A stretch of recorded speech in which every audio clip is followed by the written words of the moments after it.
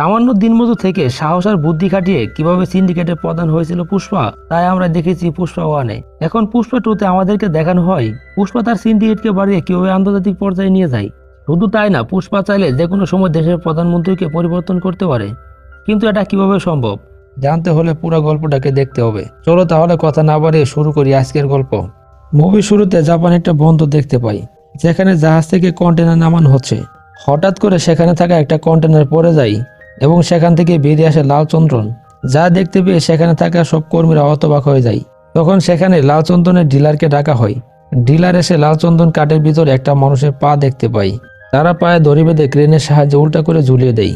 প্রথমে তো তারা তাকে চিনতেই পায় না। পরে সেখানে থাকা কন্টেনারের গায়ে পুষ্পা লেখা দেখে বুঝে যায় ইনি হলো পুষ্পারাজ। এরপর তারা পুষ্পাকে মারতে গেলে পুষ্পা তার নিজের রূপে ফিরে আসে। পুষ্পা তাদের সবাইকে ধুলাই করতে থাকে। আসলে পুষ্পা এখানে এসেছে পাওনা টাকা নিতে। পুষ্পার রুলস হলো পাওনা টাকা যদি 1 টাকা হয় তাও তার নিতে হবে। এই খবর তাদের বসের কাছে চলে যায়। তাদের বস সাথে সাথে অনেকগুলা সাঙ্গু নিয়ে সেখানে হাজির হয় আর পুষ্পার উপর আক্রমণ করতে থাকে। তারা সবাই পুষ্পার উপর গুলি করলে পুষ্পা সেখান থেকে দৌড় দেয়। কিন্তু হঠাৎ করে পুষ্পার গায়ে একটা গুলি লেগে যায়। গুলি খেয়ে পুষ্পা সেখান থেকে পানিতে পড়ে যায়। আর এই অবস্থায় পানিতে ডুবতে ডুবতে ছোটবেলার একটা স্মৃতি মনে পড়ে যায় পুষ্পার, যেখানে দেখা যায় কয়েকজন বাচ্চা মিলে ক্রিকেট খেলছে। হঠাৎ করে তাদের বলটা পানিতে পড়ে যায়। তারা পুষ্পার কাছে আসে আর পুষ্পাকে সেই বলটা নিয়ে আসতে বলে। পুষ্পা তাদেরকে জানায় আমি সাঁতার পারি না। তখন সেখানে থাকা এক বাচ্চা পুষ্পাকে বলে তুই যদি বলটা নিয়ে আসিস তাহলে বুঝবো তোর বাপ আছে, আর যদি না আনতে পারিস তাহলে বুঝবো তোর কোনো বাপই নেই। বাপের কথা শুনে পুষ্পা খুবই রেগে যায় আর বল আনার জন্য পানিতে লাফ দেয়। যেহেতু পুষ্পা সাঁতার পারতো না তাই পানিতে ডুবে যেতে থাকে। অনেক কষ্ট করে পুষ্পা কোন রকম বলটাকে হাত দিয়ে ধরে ফেলে, কিন্তু এবার সে পানি নিচে তলিয়ে যায়। এরপর হঠাৎ করে পুষ্পার ঘুম ভেঙে যায়। তার মানে হলো আমরা এতক্ষণ যা দেখতে পেলাম তা সবই ছিল পুষ্পার স্বপ্নে। স্বপ্ন দেখে পুষ্পা বিছানা থেকে উঠে বাইরে আসে। শ্রীবাল্লি এটা দেখে পুষ্পার কাছে আসে আর পুষ্পাকে বলে কি হয়েছে স্বামী, কোনো বাজে স্বপ্ন দেখেছেন? পুষ্পা জানাই আমার জীবনটাই তো একটা ভয়ঙ্কর স্বপ্নের চেয়ে ভয়ঙ্কর। এরপর সিন পরিবর্তন হয়। আমরা শেখাওয়াত স্যারকে দেখতে পাই। শেখাওয়াত স্যার ছদ্মবেশ ধরে চন্দন কাঠি স্মাগলিং ধরার জন্য এসেছে। সে এখানে দিনমজুর হিসেবে এসে সবার সাথে লাল চন্দন কাটতে যায়। তারা গভীর জঙ্গলে গিয়ে লাল চন্দন কেটে নিয়ে আসে।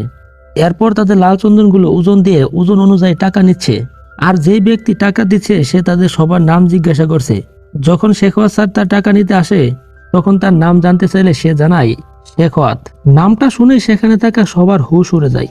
এবার শেখাওয়াত স্যার তার নকল চুল দাড়ি খুলে ফেলে আর বলে এবার হাতে নাতে ধরতে পেরেছি, কোথায় পালাবি? সেই সাথে সে পুলিশদেরকে সিগন্যাল দেয়। চারদিক থেকে পুলিশ এসে তাদেরকে ঘিরে ফেলে। সবাইকে থানায় ধরে নিয়ে যায়। তাদের মাঝে সিনু নামে একটা লোক ছিল, যার কিনা আজকে বিয়ে হওয়ার কথা ছিল। এদিকে সিনুকে পুলিশে ধরেছে এই খবরটা কনের বাবার কাছে চলে যায়। কনের বাবা কনেকে জানাই আমি আগেই বলেছিলাম এই ছেলেকে বিয়ে করিস না, এই ছেলে তো পুষ্পা ছাড়া আর কিছুই বোঝে না। এ কথা বলে সে আরেকজনকে বর সাজতে বলে। কিন্তু কনে জানাই সিনু বিয়ের মণ্ডপে ঠিকই আসবে আর তাকে পুষ্পাবাবু নিয়ে আসবে। কিন্তু সামান্য একজন দিনমজুরের জন্য পুষ্পাবাবু কেন থানায় যাবে আর কেনই বা তাকে নিয়ে আসবে, এই কথাটাই সবাই ভাবতে থাকে। এদিকে পুষ্পা চলে যায় থানায় সিনুকে ছাড়িয়ে আনতে।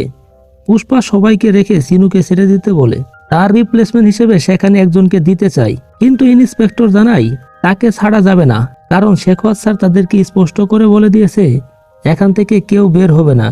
যদি একটা লোক বের হয় তাহলে কারো চাকরি থাকবে না, আর এটাও নাকি নিয়মের বাইরে। তখন পুষ্পা জানায় তোমাদেরকে যে প্রতি মাসে টাকা দেই এটা কোন নিয়মের মধ্যে পড়ে? যেহেতু পুষ্পার টাকা খাও তাই পুষ্পার রুলে চলবে।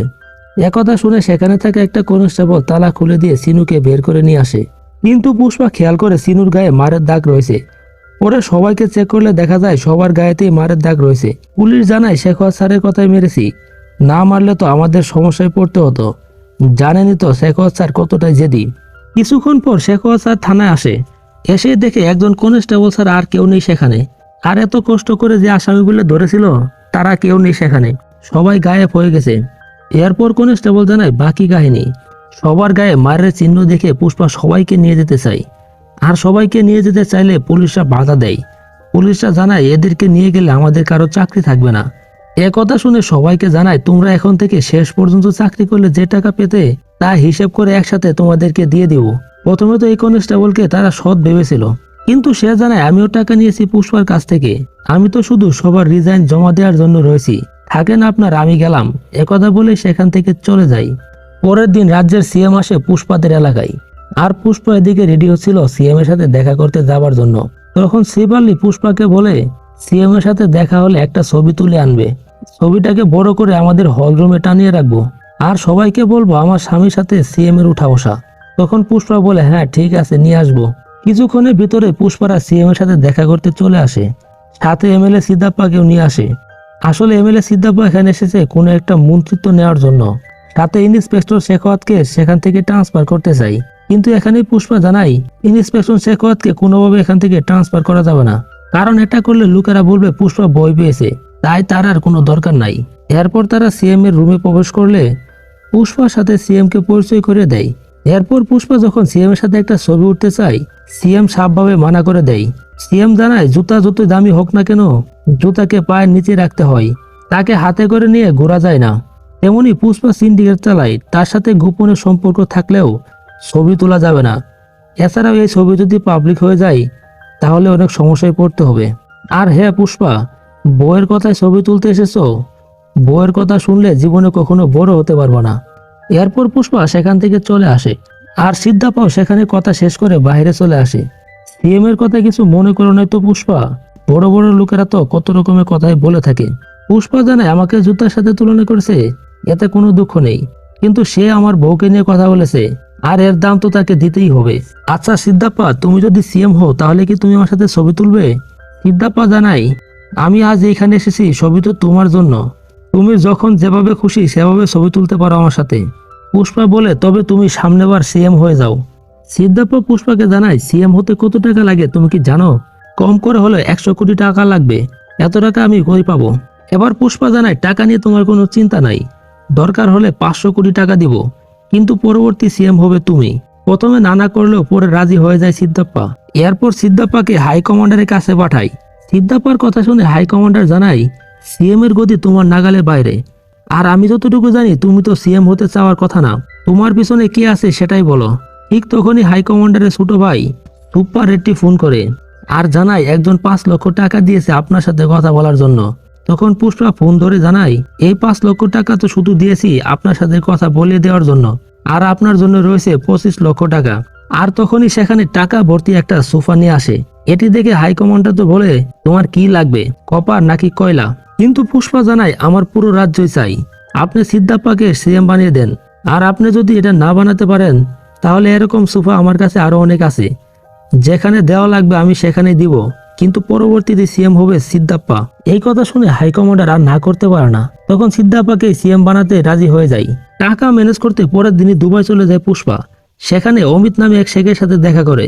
অমিত দেখে পুষ্পা লরিতে করে এসেছে, তাই অমিত প্রথমে পুষ্পকে তুচ্ছ ভাবে। এরপর সে অহংকার করে বলে এই গাড়িতে তো আমার কুত্তাও যাবে না। যাই হোক, পরে পুষ্পা লাল চন্দন ব্যাপারে ডাইরেক্ট ডিল করতে চাই। তখন অমিত জানায় আমার লাল চন্দন লাগলে তোমার কাছে নিব কেন, আমি যদি ইন্ডিয়াতে ফোন করি তাহলে তো আমার জন্য লাল চন্দন পাঠিয়ে দেবে। তার এই কথাটাকে সত্যতা প্রমাণ করতে সে ফোন করে সেট্টি ভাইয়ের কাছে। সে বলে 10 টন মাল লাগবে সেট্টি ভাই, কিন্তু ফোন কাটতে না কাটতেই সেট্টি ভাই ফোন করে পুষ্পার কাছে 10 টন মাল লাগবে পুষ্পা ভাও, ব্যস্ত আছি বলে ফোন কেটে দেয় পুষ্পা। এরপর অমিত আরো অনেককেই ফোন দেয়, কিন্তু তারা সবাই ফোন করে পুষ্পার কাছে। এটি দেখে অমিত বুঝে যায় এই হলো আসল নাটের গরু, তাই অমিত পুষ্পার সাথে ডাইরেক্ট ডিল করতে রাজি হয়। 2000 টন মাল নিবে বলে জানায় অমিত, কিন্তু পুষ্পা তার প্রতি টন মালের জন্য 2.5 কোটি টাকা চায়। এতে অমিত রাজি হয়ে যায়, কিন্তু পুষ্পা তার কাছ থেকে 4900 কোটি টাকায় নিবে। কিন্তু পুষ্পা জানায় তার কাছ থেকে 4900 কোটি টাকা নেবে, আর বাকি 100 কোটি টাকার পরিবর্তে অমিতের সেই হেলিকপ্টারটা নিবে। আর এর জন্যই অমিত সহ বাকিদেরকে সেই লরিতে করে যেতে হয়।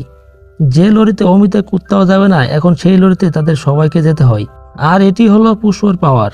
সবকিছু ঠিকঠাক চলছিল, কিন্তু সমস্যা হলো এত বেশি মালের জন্য তো বেশি লোকের দরকার, তাই পুষ্পা সবার বেতন বাড়িয়ে দেয়। পুষ্পা সবার বেতন 2000 থেকে 10,000 করে দেয়, এতে দিন মজুরে কোনো কমতি হয় না। এখন এতগুলো মালামাল আনার জন্য তো অনেকগুলো গাড়ির প্রয়োজন, তাই পুষ্পা 100 গাড়ি কিনে নেয়। তারপর সিন্ডিকেটে সবাইকে ফোন দেয় পুষ্পা, আর সবাইকে জানায় আমার মাল লাগবে। তো কারো কাছ থেকে 200 টন, আবার কারো কাছ থেকে 100 টন করে মাল চায় পুষ্পা। যে যেরকম ভাবে পারে সবাই মাল দিতে রাজি হয় পুষ্পাকে। সবাই জানায় ঠিক আছে, সময় মতো মাল পৌঁছে যাবে। এরপর সিন্ডিকেটে সবাইকে নিয়ে একটা মিটিং করে পুষ্পা। এমন সময় তরকারির ঝোল চেক করতে নিয়ে আসে শ্রীবাল্লি। পুষ্পা শ্রীবাল্লিকে জানায় লবণ একটু বেশি হয়েছে, যা শুনে অনেক রেগে যায় শ্রীবাল্লি আর সবগুলো মাংস ফেলে দেয়। এরপর দেখা যায় সিনু ও তার বউকে। তারা শেখাওয়াতের কাছে যায় এবং তারা জানায় সিন্ডিকেটের সব মালামাল পুষ্পা কিনছে, কিন্তু এত মালামাল নিয়ে কি করছে পুষ্পা তা তারা জানে না। তারপর তারা বিশ্বা রেড্ডির কথা জানিয়ে দেয়। আগে মঙ্গল সিনুর সাথে কাজ করতো আর এখন সিন্ডিকেটের মেম্বার হয়ে গেছে। তাকে ধরে বই দেখালে সব বলে দিবে, তাকে কোথায় পাওয়া যাবে এই কথা বলে দেয় তারা। খবর পেয়ে শেখাওয়াত একটা ব্রিজের উপর অপেক্ষা করতে থাকে সুব্বা রেড্ডির জন্য। কিছুক্ষণের মধ্যে সেখানে মাল ভর্তি একটা ট্রাক চলে আসে। পরে সেখানে আসে সুব্বা রেড্ডি। ট্রাকগুলোতে আগুন জ্বালিয়ে দেয় শেখাওয়াত। আর এটা দেখে সুব্বা রেড্ডি তা বাধা দিতে গেলে সুব্বা রেড্ডিকে ব্রিজ থেকে ফেলে দিয়ে মেরে ফেলে। এরপর সেখানে মঙ্গল সিনু ও তার স্ত্রী চলে আসে। এটা তুমি কি করেছো শেখাওয়াত? সুব্বা রেড্ডি আমাদের খাস লোক ছিল, ওকে শুধু বই দেখাতে বলেছিলাম, মারতে নয়। তখন শেখাওয়াত জানাই ওকে বই দেখালে শুধু ওই বই পেত, কিন্তু এখন পুরা সিন্ডিকেট বই পাবে। পরের দিন সুব্বা রেড্ডির শেষ কীর্তি সম্পন্ন হয়। সেখানে সিদ্ধাপ্পা এসেছে। এখানে থাকা বেশিরভাগ সিন্ডিকেট মেম্বাররা জানায় পুষ্পা আর শেখাওয়াতের মধ্যে ঝামেলার কারণে আমাদের সবাইকে বিপদে পড়তে হচ্ছে। হয় তাদের মধ্যে ঝামেলা মিলিয়ে দিন, না হয়তো মঙ্গল সিনুকে আবারও সিন্ডিকেটের দায়িত্ব দিয়ে দিন। আর এর জন্যই শেখাওয়াতের কাছে যায় সিদ্ধাপ্পা। তোমরা এগুলো কি শুরু করেছো? এই ব্যবসায় যেমন পুষ্পাকে প্রয়োজন তেমনি তোমাকেও, তাই তোমাদের মধ্যে ঝামেলা মিটিয়ে নেওয়া উত্তম। তখন শেখাওয়াত জানায় পুষ্পা যদি আমার কাছে সরি বলে তবেই সব ঝামেলা মিটে যাবে, আর না হয় এভাবে একে একে সবাইকে মরতে হবে। এরপর একটা পার্টির আয়োজন করা হয় যেখানে পুষ্পা শেখাওয়াতকে সরি বলবে, আর এতে করে সিন্ডিকেটের সাথে সাথে পুষ্পারও ভালো হবে। কিন্তু কোনোভাবেই সেখানে যেতে রাজি হয় না পুষ্পা। এরপর শ্রীবাল্লি এসে বলায় পুষ্পা রাজি হয়। হাজার হাজার সিন্ডিকেট মেম্বার সেখানে আসে শুধুমাত্র পুষ্পার সরি বলা দেখার জন্য। পুষ্পা কখনো কারোর কাছে মাথা নত করে নাই, কিন্তু এখন তাকে শেখাওয়াতের কাছে সরি বলতে হবে। এই কথা চিন্তা করে পুষ্পা সেখানে বসে বসে মদ খেতে শুরু করে। মদ খেয়ে পুষ্পা একেবারে মাতাল হয়ে যায়। অনেকক্ষণ কথা না বলে সেখানে বসে থাকে পুষ্পা। অবশেষে সরি বলে দেয় পুষ্পা। এই কথাটা আবার শেখাওয়াত সেখানে রেকর্ড করে নেয়। বাড়ি ফেরার সময় কোনোভাবেই ভালো লাগে না পুষ্পার। এতদিনও কারো কাছে সে মাথা নত করে নাই, কিন্তু আজকে সে মাথা নত করেছে। এইসব ভেবে তার আর ভালো লাগে না। তারপর হঠাৎ গাড়ি ঘুরিয়ে ফেলে পুষ্পা। শ্রীবাল্লিকে সেখানে নামিয়ে দিয়ে বলে তোমরা বাড়ি চলে যাও। আর এই কথা বলে পুষ্পা সেই পার্টির দিকে আবার চলে আসে। এতক্ষণে শেখাওয়াত থানায় যাওয়ার জন্য রওনা হয়, কিন্তু হঠাৎ দেখা যায় শেখাওয়াতের গাড়িতে ধাক্কা দিয়ে দেয় পুষ্পা। এতে গাড়ি সহ পানিতে পড়ে যায় শেখাওয়াত। তখনই পানিতে মূত্র বিসর্জন করে দেয় পুষ্পা। শেখাওয়াত তো কিছুই বুঝতে পারছে না হঠাৎ করে কি হয়ে গেল। যেই মানুষটা এইমাত্র সরি বলে সেখান থেকে চলে গেল, সে আবার ফিরে আসার কারণ কি? তখন পুষ্পা জানায় তুই যদি সৎ পুলিশ অফিসার হতি তবে তোর কাছে সরি বলতে আমার কোনো সমস্যা ছিল না, কিন্তু তোর মতো একটা ঘুষখোর অফিসারের কাছে আমি কখনোই মাথা নত করবো না। আর আগামী 5 দিন পর 2000 টন লাল চন্দন নিয়ে চেন্নাই বর্ডার পাড়ি দেবো, পারলে তুই আটকে দেখা। তুই যদি 1 পিস লাল চন্দন ধরতে পারিস তাহলে সারা জীবন আমি মজদুরি খেটে যাব। এই কথা বলে শেখাওয়াতকে চ্যালেঞ্জ করে সেখান থেকে চলে যায় পুষ্পা। এরপর থেকে চেন্নাই বর্ডার পার হওয়ার জন্য প্রত্যেকটি রাস্তায় পুলিশের চেকপোস্ট বসে দেয় শেখাওয়াত। হঠাৎ শেখাওয়াত লক্ষ্য করে নদীতে কোনো পানি নেই। শেখাওয়াত সাথে সাথে বুঝে যায় নদী পথেই তারা চেন্নাই বর্ডার পার করবে। তাই শেখাওয়াত সব পুলিশকে নদীর দিকে যেতে বলে। দেখা যায় চন্দন কাঠ ভর্তি কয়েকশো ট্রাক নদী পথে এগিয়ে যাচ্ছে, যাদেরকে গাইড করছে পুষ্পা। সবকিছু ঠিকঠাকই চলছিল, কিন্তু হঠাৎ তারা দেখতে পায় সেখানে পুলিশ এসে পড়েছে। একথা পুষ্পাকে জানালে পুষ্পা তার প্ল্যান মতো পুলিশদেরকে আটকে দেয়। কারো সামনে ট্রাক দিয়ে আর কারো সামনে হাতি দিয়ে আটকে দেয়। একটা সময় শেখাওয়াতের গাড়িটাও আটকে যায়, কিন্তু শেখাওয়াত দৌড়ে সেদিকেই যায়। সেখানে গিয়ে সে অনেকগুলো গরু গাড়ি দেখতে পায়, তাই সবগুলো গরু গাড়িকে এক জায়গায় করে রাস্তা আটকে দেয় শেখাওয়াত। এরই মধ্যে হাজার হাজার টন লাল চন্দন ভর্তি ট্রাক এসে পৌঁছায় সেখানে। শেখাওয়াত রাস্তা আটকিয়েছে এই খবর পুষ্পাকে জানালে পুষ্পা ট্রাক রেখে সেখান থেকে সবাইকে চলে আসতে বলে। হাজার হাজার টন লাল চন্দন রেখে সেখান থেকে সবাই পালিয়ে যায়। সব লাল চন্দন ভর্তি ট্রাক আটকে দেয় শেখাওয়াত। পরের দিন দেশের সব মিডিয়াকে ডেকে আনে আর কিভাবে এতগুলো লাল চন্দন ধরেছে তাই জানিয়ে দেয় সবাইকে। এর মধ্যে মঙ্গল সিনু দেখতে পায় এগুলো আসলে লাল চন্দন না, এগুলো হলো সেন্ট্রা। পরে শেখাওয়াতকে দেখালে তার তো হুশ উড়ে যায়। মঙ্গল সিনু জানায় লাল চন্দ্র পুরোটাই লাল হয় আর সেন্ট্রা উপরে লাল ভিতরে সাদা। তাহলে এতগুলো লাল চন্দন গেল কই? তখনই তারা বাইরে কিছু গরুর আওয়াজ শুনতে পায়। তারা বাইরে গিয়ে সেখানে পুষ্পাকে দেখতে পায়। এবার শেখাওয়াত বুঝে যায় লাল চন্দন কিভাবে বর্ডার পার করা হয়েছে। আসলে লাল চন্দন দিয়ে গরু গাড়ি বানিয়েছিল এবং তার উপরে সাদা রং করে শেখাওয়াতকে বোকা বানায়। এই বিষয়টা নিয়ে অনেক হাসাহাসি করে পুষ্পা, এতে আরো অনেক রেগে যায় শেখাওয়াত। এরপর মঙ্গল সিনুকে সাথে নিয়ে সিএম এর কাছে যায় শেখাওয়াত। পুষ্পা যে সিদ্ধাপ্পাকে পরবর্তী সিএম বানাতে চায় এই কথাটা জানাই সিএমকে। পুষ্পা যদি এই 2000 টন লাল চন্দন বর্ডার পার করতে পারে তাহলে পরবর্তী সিএম হবে সিদ্ধাপ্পা। তাই যে করে হোক পুষ্পাকে আটকাতেই হবে।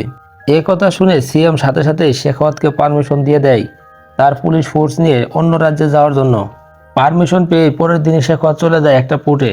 সেখানে খোঁজাখুঁজি শুরু করে দেয়, কিন্তু সব জায়গায় খোঁজাখুঁজি করার পরও লালচন্দ্র পায় না।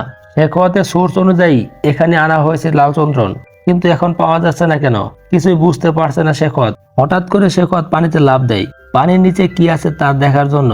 এবার শেখাওয়াত দেখতে পাই প্রত্যেকটা ট্রলারের নিচে লালচন্দন বাঁধা আছে, কিন্তু এরই মধ্যে লালচন্দন ভর্তি ট্রলার সেখান থেকে ছেড়ে দেয়। এতে শেখাওয়াত জালের ভিতরে আটকা পড়ে। কোনো রকম ভাবে শেখাওয়াত সেখান থেকে উঠে আসে। এবার একটা স্পিড বোট নিয়ে শেখাওয়াত তাদের পিছু করতে থাকে। কিছুক্ষণের মধ্যে তারা শ্রীলঙ্কার বর্ডারে পৌঁছে যায়। বওয়ার সিং শেখাওয়াতকে জানায় আমাদের এর বেশি যাওয়ার অনুমতি নাই, কিন্তু শেখাওয়াত তার কথা শুনতে রাজি না। তাই সে সামনে এগিয়ে যায়। আর তখনই সেখানে শ্রীলঙ্কার নেভি চলে আসে এবং তাদেরকে সতর্ক করে দেয়। শেখাওয়াত তাদের কাছে মাপ চেয়ে নেয় আর সেখানেই থেমে যায়। এখন আর শেখাওয়াতের কিছুই করার নাই, তাই সে চাইলেও আর লালচন্দন ধরতে পারবে না। শেখাওয়াত একটা বাইনোকুলার নিয়ে দেখতে থাকে। লালচন্দন বর্ডার পার হয়ে ওপারে পৌঁছে যায় আর আমরা সেখানে পুষ্পাকে দেখতে পাই। এর কিছুদিন পর পুষ্পা তার পরিবারকে নিয়ে একটা মন্দিরে যায় পূজা দেওয়ার জন্য, কিন্তু সেখানে গিয়ে হঠাৎ শ্রীবাল্লি মাথা ঘুরে পড়ে যায়। সেখানে থাকা বয়স্ক লোকেরা শ্রীবাল্লিকে দেখে জানায় শ্রীবাল্লি মা হতে চলেছে। এ খবর শুনে পুষ্পার খুশি হওয়ার কথা, কিন্তু সে খুশি হয় না। সে কালীর মতো সেজে সেখানে নাচতে থাকে। এইসব দেখে শ্রীবাল্লি বলে স্বামী কি হয়েছে, এমন রূপ ধরেছে কেন? এবার পুষ্পা জানায় কালী মায়ের কাছে একটা মেয়ে চাচ্ছি, ছেলে হলে তো তার বংশ পরিচয় দিতে পারবো না। আমি এমনই হতভাগা বাবা, অন্তত মেয়ে হলে বিয়ের পর স্বামীর পরিচয় পাবে। এই সবকিছু শুনে শ্রীবাল্লি পুষ্পাকে সান্ত্বনা দেয়। এদিকে দেখা যায় পুষ্পার বড় ভাইয়ের মেয়ে সেখানে এসেছে, আর সেখানে থাকা কিছু বোকারে ছেলেরা মেয়েদের মতো পোশাক পরে সেখানে আসে এবং মেয়েদের সাথে নোংরামি করতে থাকে। এসব কিছু দেখে শ্রীপাল্লির বাতিজি বাধা দিতে গেলে তারা তার সাথেই খারাপ ব্যবহার শুরু করে। আর যখনই তারা তার কাপড় খোলার চেষ্টা করে তখনই সেখানে এন্ট্রি নেয় পুষ্পা। সবাইকে কাপড়ের মতো ধুলাই করতে থাকে পুষ্পা, এমন করে সবাইকে মারতে থাকে যেন তার কাছে তারা কিছুই না।